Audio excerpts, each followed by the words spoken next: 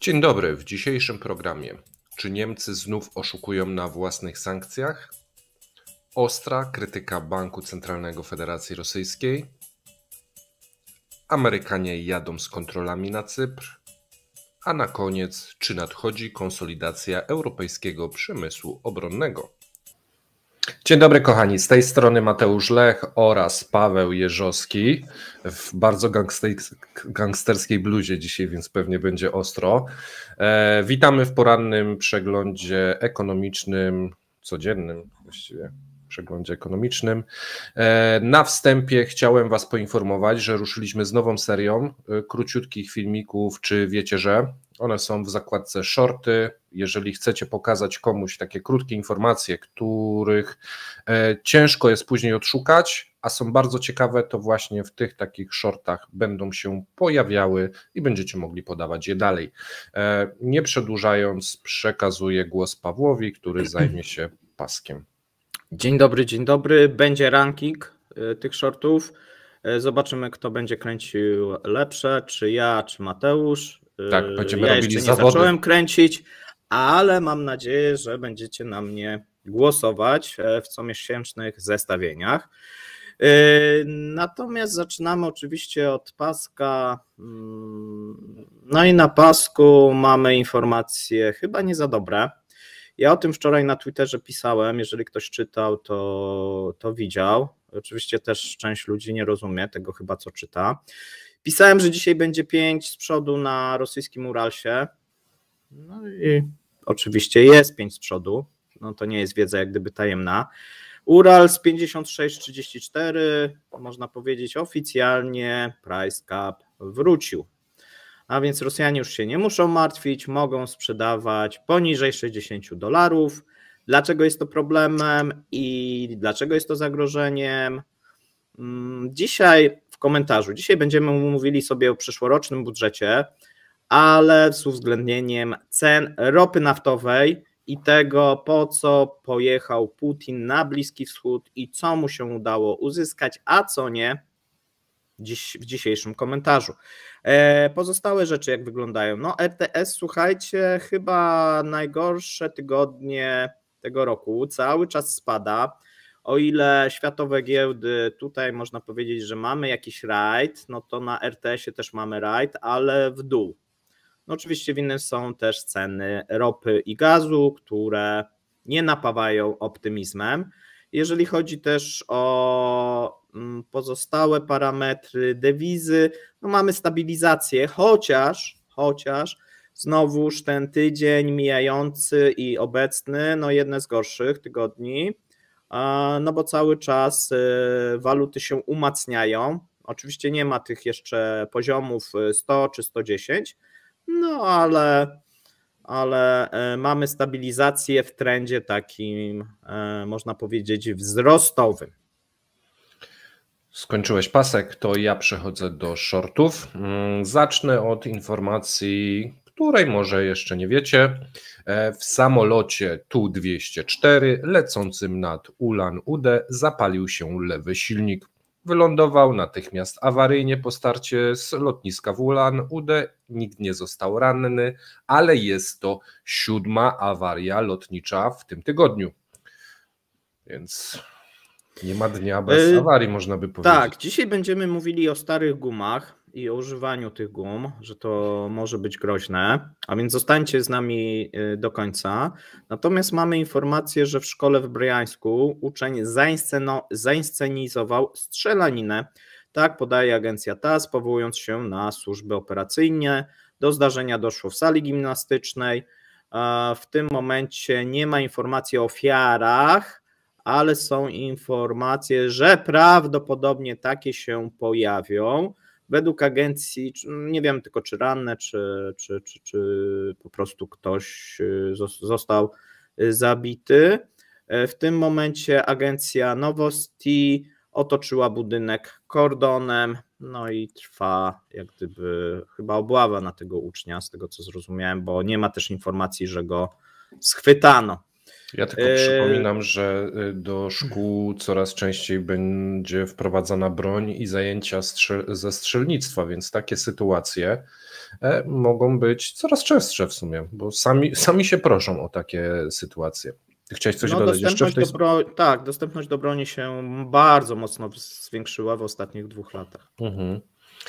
6 grudnia, czyli wczoraj, przedstawiciele Stanów Zjednoczonych i Ukrainy podpisali oświadczenie o wspólnej produkcji broni krytycznej w celu zaspokojenia pilnych potrzeb ukraińskich sił zbrojnych. Tak poinformowała służba prasowa Pentagonu. A my mamy informację z Ministerstwa Obrony Ukrainy, która zwraca się do Stanów Zjednoczonych z prośbą o systemy obrony przeciwrakietowej TAT, myśliwce Hornet, śmigłowce Apache i Black Hawk, a także wojskowe samoloty transportowe Hercules i C-17 Globemaster. Tak podaje Reuters. Zostając jeszcze przy Stanach Zjednoczonych, przekazały Ukrainie nowy pakiet pomocy wojskowej o wysokości $175 milionów. Tak przekazał Antony Blinken. I to nie jest za dużo, natomiast Paweł powie o nieco większym pakiecie. Tak, mamy informację z Japonii, która udzieli Ukrainie dodatkowego wsparcia w kwocie $4,5 miliarda. Tak przekazał premier Japonii Fumio Kishida. No to już jest zdecydowanie więcej. Do 1 stycznia kraje G7 wprowadzą ograniczenie w imporcie diamentów nieprzemysłowych wydobywanych, przetwarzanych lub produkowanych w Federacji Rosyjskiej. Ten tasiemiec ciągnie się już chyba rok. Mam nadzieję, że w końcu się skończy. A ja... Wiesz co, myślę, że tak w marcu się skończy, bo Belgowie już są gotowi, a oni chcą... Tak. Oni żądają tak naprawdę, tak jak wcześniej blokowali, teraz żądają, żeby wprowadzić sankcje. A ja przechodzę do informacji z naszej okładki. Niemcy znów oszukują na własnych sankcjach. Niemieccy producenci samochodów BMW, Volkswagen, Mercedes i Porsche po ogłoszeniu wyjazdu z Rosji gwałtownie zwiększyli dostawy swoich samochodów i części zamiennych. Oczywiście dobrze wiecie gdzie? Do krajów Azji Środkowej i Zakaukazia, skąd wchodzą na rynek rosyjski. Tym samym według Instytutu Finansów Międzynarodowych IFF, eksport niemieckich samochodów i ich podzespołów do Kirgistanu wzrósł w pierwszych 9 miesiącach tego roku, słuchajcie, o 5,5%. W porównaniu do analogicznego okresu sprzed wojny. Wzrósł także eksport niemieckich części samochodowych do Kazachstanu, Armenii i Gruzji, odpowiednio o 720%, 450% i 340%. Taki wzrost dostaw jest wyraźnym sygnałem, że Rosja wykorzystuje kraje trzecie w celu uzyskania dostępu do zachodnich towarów. Niemieccy producenci i dostawcy masowo ograniczyli swoją działalność w Rosji, zerwali stosunki z dealerami i zaprzestali działalności gospodarczej, powiedział przedstawiciel niemieckiego Stowarzyszenia Przemysłu Motoryzacyjnego. Natomiast dane wskazują, że po prostu zmienił się odrobinę kierunek. Z danych wynika, że eksport niemieckich samochodów do Kirgistanu, Kazachstanu, Armenii i Gruzji tylko w tym roku wzrósł o 156% w porównaniu do pierwszych 10 miesięcy zeszłego roku. Natomiast, aby być sprawiedliwym, trzeba zaznaczyć jedną rzecz. Eksport samochodów do Rosji spadł o 36 tysięcy sztuk, a do Azji Centralnej wysłano zaledwie 1600 nowych samochodów. Dostaje się też w raporcie innym krajom. Niemcy są prawdopodobnie największym krajem pod względem takiego wysyłania, ponieważ produkują wiele marek, ale reszta Europy też jest w to zaangażowana niestety. Więc to nie jest tylko kwestia niemiecka, tylko oni są najbardziej widoczni w tym procesie. Według Banku Rosji w pierwszym półroczu tego roku w ramach szarej strefy zaimportowano do kraju towary o wartości około $20 miliardów. Jeżeli sobie to weźmiemy na cały kraj i półrocze całe, to nie są aż takie duże ilości, no ale 20 miliardów to jednak już jest sporo. Natomiast podaż samochodów poprzez import równoległy okazał się mocno nieopłacalny i to też mówiliśmy o tym jakiś czas temu, gdyż ze względu na bardziej złożone łańcuchy dostaw koszt zakupu wzrósł o około 50%. Jeżeli doliczymy sobie, że koszt kredytu wzrósł dodatkowo, od 1 sierpnia rząd podniósł opłatę recyklingową, a od 20 października zmienił zasady jej rejestracji, utrudnia to fizyczne uzyskanie korzyści z importu samochodów. Niemniej proces jest, zauważono to i potępiono. Pawle, chcesz coś dodać? Nie masz głosu, niestety. Nie mam. Chciałem wam powiedzieć, mamy informacje na temat strzelaniny. Okazuje się, tak już wszystkie podają źródła, że to nie był uczeń, tylko uczennica, 14 lat. Nie do końca jest jasna informacja na temat rannych i zabitych. Wygląda tak, że ministerstwo w tym momencie spraw wewnętrznych podaje, że uczennica popełniła samobójstwo, 3 osoby ranne, natomiast administracja brańska poinformowała o 2 osobach zabitych i 4 rannych. Mamy też informację deputowanego Dumy Aleksandra Hinsteina, który powiedział, że 14-letnia dziewczynka przyniosła do szkoły strzelbę myśliwską BK-3 swojego ojca, zastrzeliła swoją koleżankę, a więc mamy tu 1 osobę, która zginęła i 4 osoby zostały ranne. Więc takiej strzelaniny w Rosji nie było od 2017 roku. Chyba to jest jedna z większych. Wow. Do tej pory się coś takiego nie zdarzało. A my sobie przechodzimy do następnej informacji. Pamiętacie wczoraj, jeżeli ktoś nie oglądał, myślę, że warto wrócić do naszego komentarza popołudniowego, bo pojawiła się dosyć ostra krytyka banku centralnego. No i tu nie zgadniesz, z którego kierunku. No z twojego, ty ją krytykowałeś wczoraj. Tak, ja wczoraj krytykowałem i dzisiaj z podobną krytyką wystąpił wiceprezes jednego z banków, największego banku w tym momencie prywatnego, może to też złe słowo, FTB, Dmitrij Pianow. I co on powiedział? On jak gdyby powołuje się, że rosyjskie banki mają problemy z przygotowaniem biznesplanów, ponieważ w każdym rosyjskim banku biznesplan opiera się na prognozie głównej stopy procentowej banku centralnego.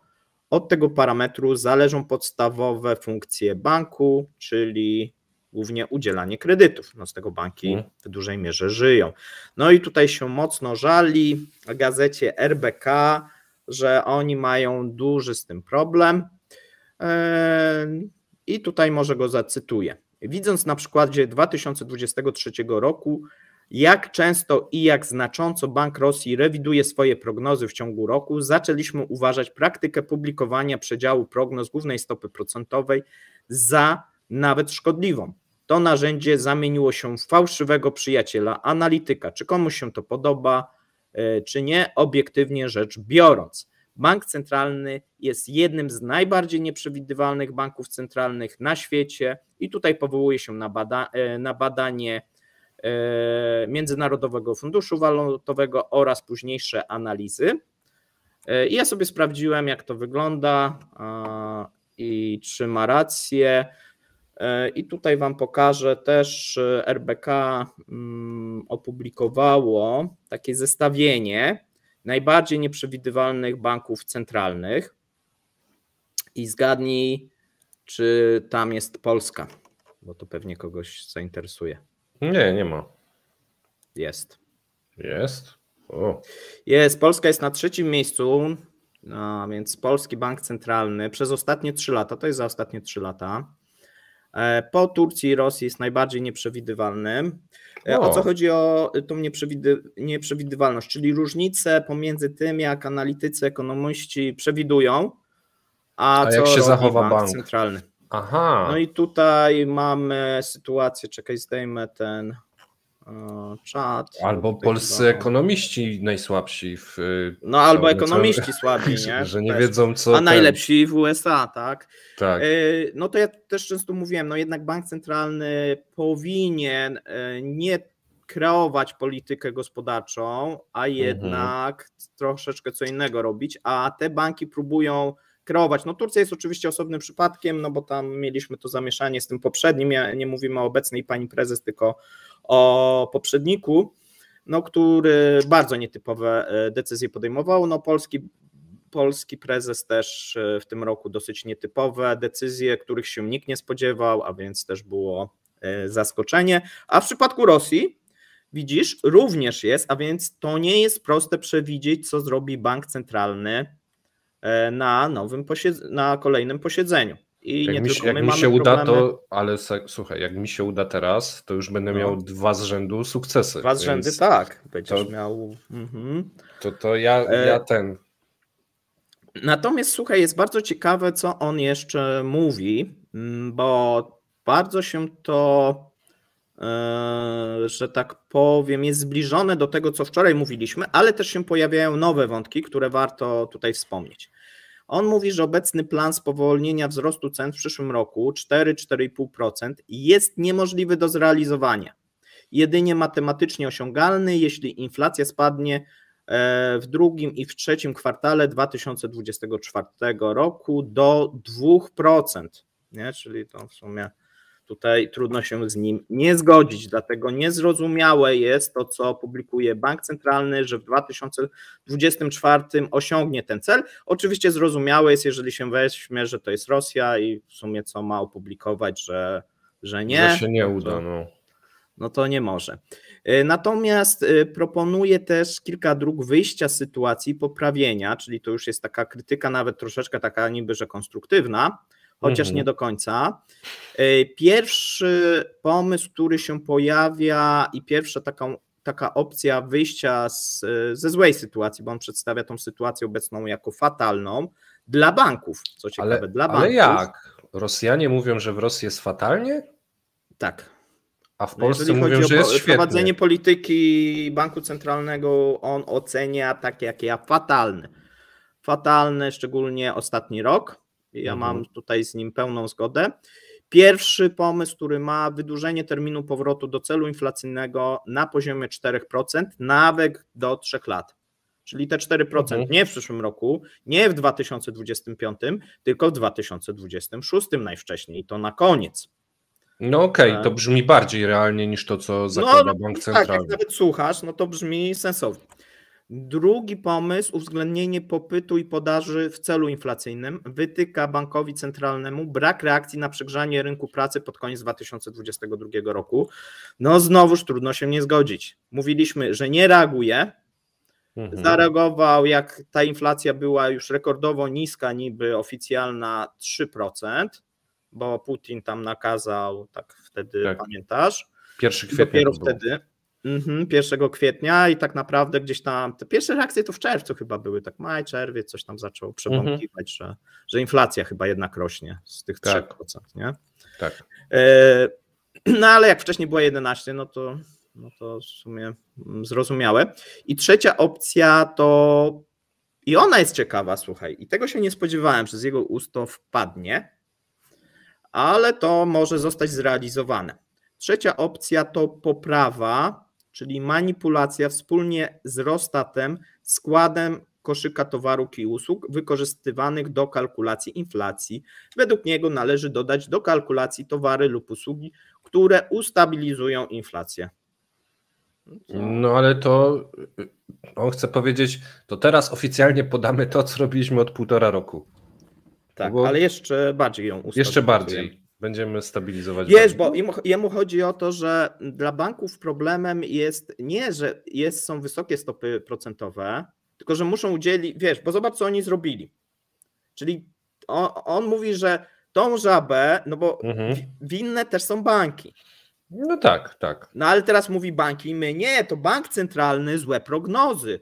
No po co tak ścinał w 2022 roku, bo o to chodzi, ścinał stopy procentowe, żeby za pół roku je podnieść. Trzeba było ich nie ścinać, skoro widział, że brakuje rąk do pracy, że mamy wzrost wynagrodzeń i tak dalej. Trzeba było to ustawić na tym. Dzięki temu banki mogłyby udzielać tych kredytów na wyższym, a nie zaczęły udzielać na niższym oprocentowaniu, a teraz muszą to podwyższać i trochę też ponieść pewnych kosztów, a znaczy przerzucić na klientów. W sumie bank centralny stworzył w zeszłym roku pułapkę na ludzi. Tak, pułapkę na ludzi, na banki, nie? Obniżył, tak. Ludzie rzucili się na te kredyty, a teraz znowu podwyższył i ludzie są, w czarnej, nie? Za przeproszeniem. Tak, i on to wytyka bankowi, tak można powiedzieć, że w miarę oficjalnie. Natomiast jeżeli zastanawiacie się, co bank centralny teraz powinien zrobić, zapraszamy do naszego wczorajszego live'u. Natomiast zwróćcie uwagę to, co on podaje. Wzrost podaży pieniądza od września 2022 roku, jeden z najwyższych, 20% rok do roku. Najwyższa roczna dynamika od 2011 roku. Następnie wzrost konsolidowanych wydatków budżetowych w czwartym kwartale 2022 19%, do września tak. Obserwowane są wysokie wskaźniki inflacji. No i tu też jak gdyby wskazuje, że podobną sytuację mamy w 2023 roku, czyli cały czas bardzo wysokie wydatki budżetowe.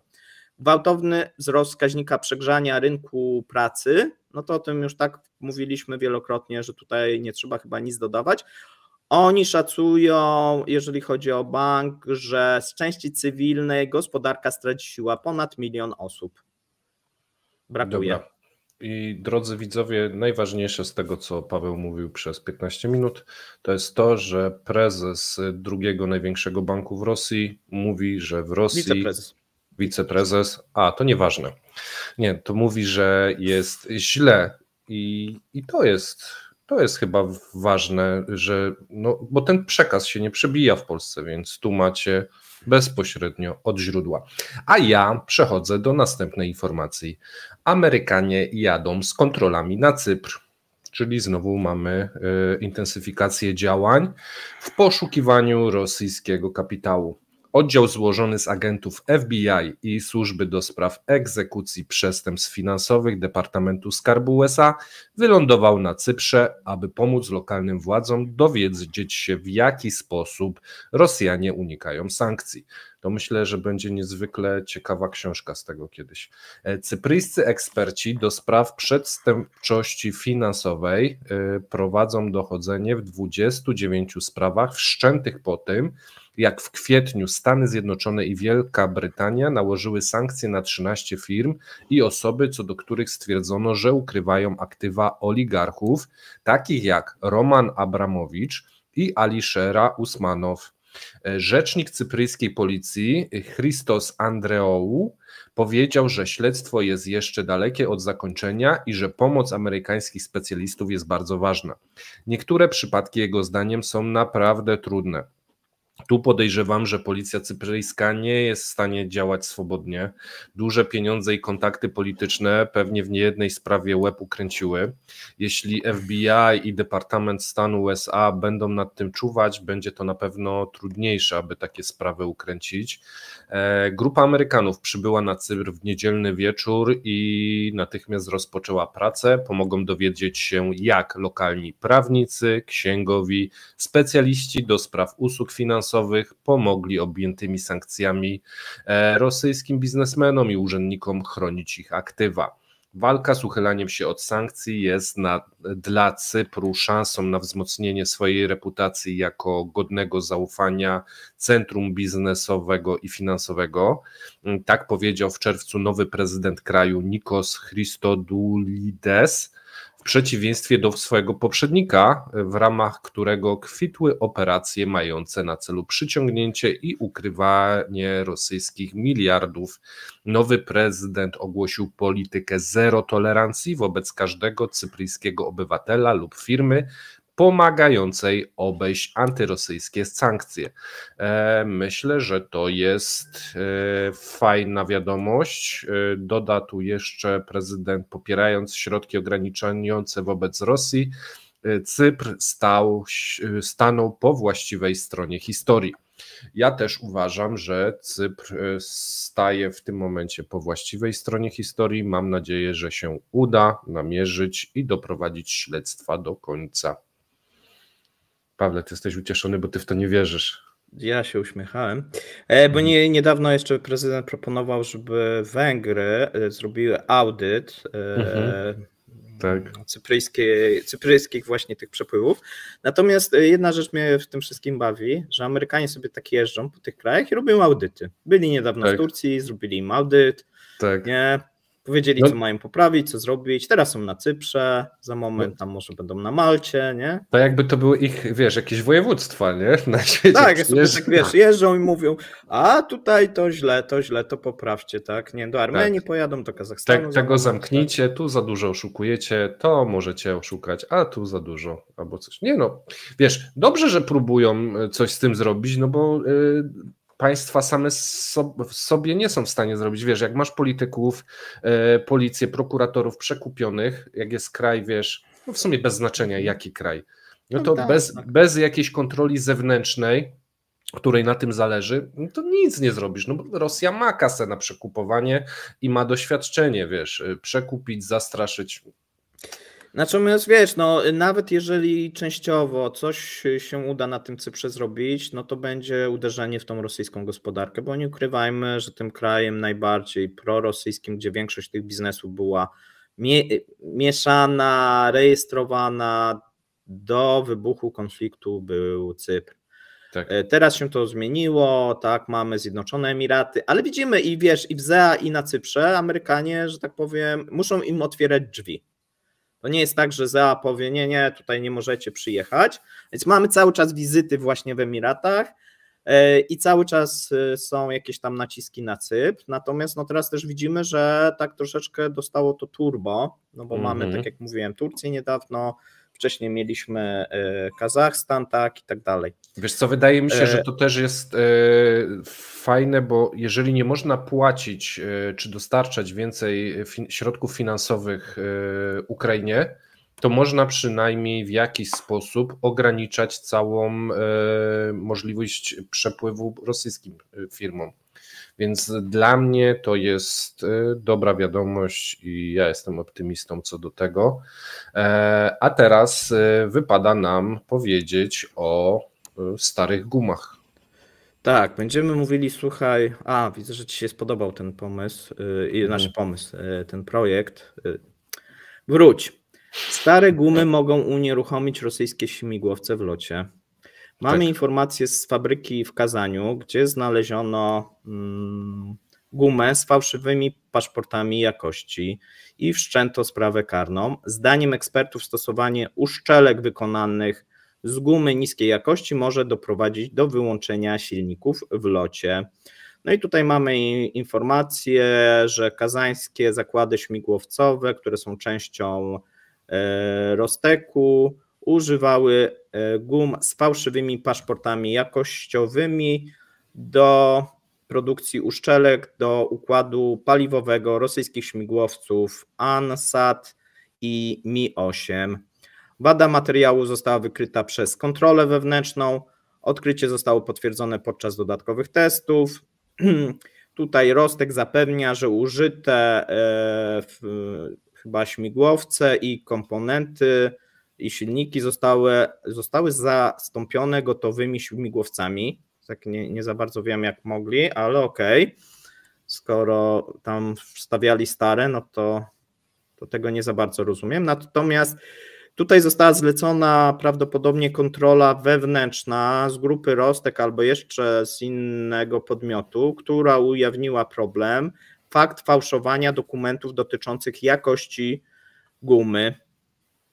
No i sprawa została skierowana do prokuratury i do organów ścigania. Tutaj jest podejrzenie, że w wyniku kontroli jest popełnione oszustwo, no i jest oczywiście oskarżenie o zmowę. Zatrzymano już grupę kilkudziesięciu chyba osób. Wszystko wskazuje, że użyte gumy były przeterminowane powyżej 5 lat. Niestety nie mamy informacji, jak stare były to gumy oraz do ilu śmigłowców je użyto. Przypomnijmy, że uszczelki gumowe są stosowane w helikopterach jako uszczelnienie w celu uszczelniania połączeń i zapobiegania wyciekom paliwa. Stosowane części wykonane z niskiej jakości gumy mogą doprowadzić do zniszczenia ich na drobne fragmenty i zatkania układu paliwowego śmigłowca, pomp i filtrów silnika.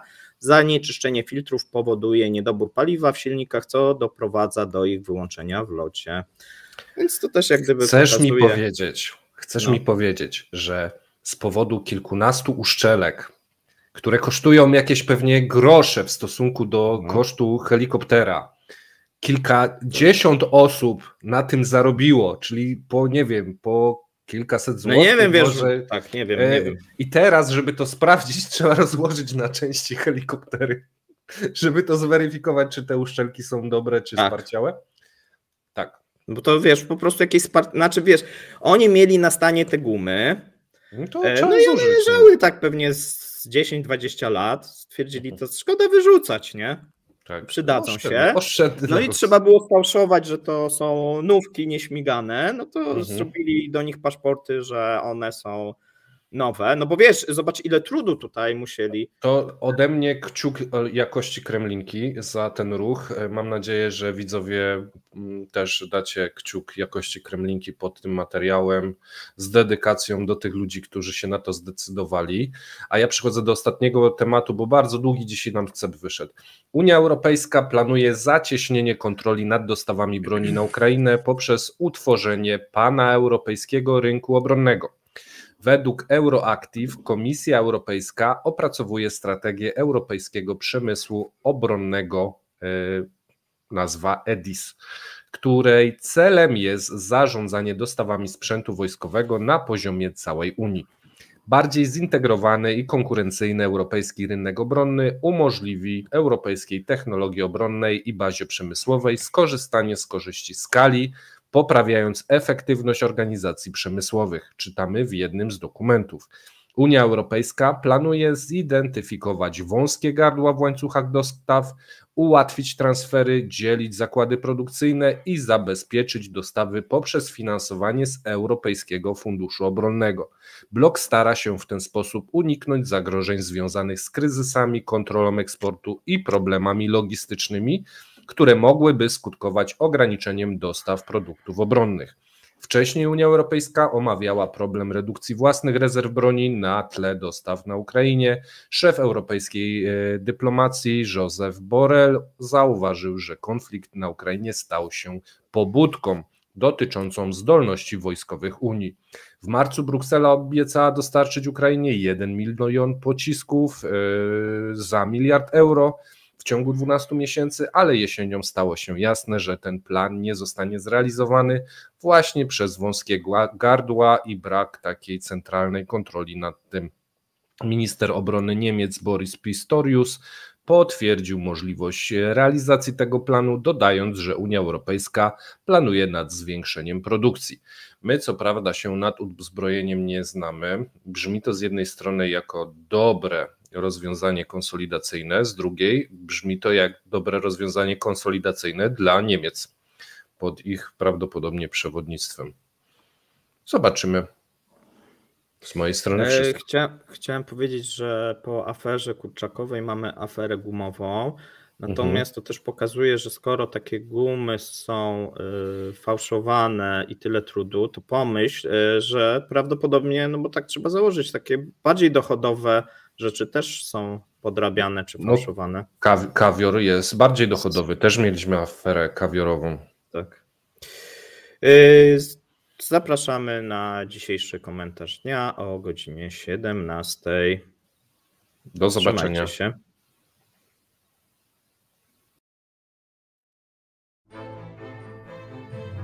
Dziękujemy za obejrzenie materiału do końca.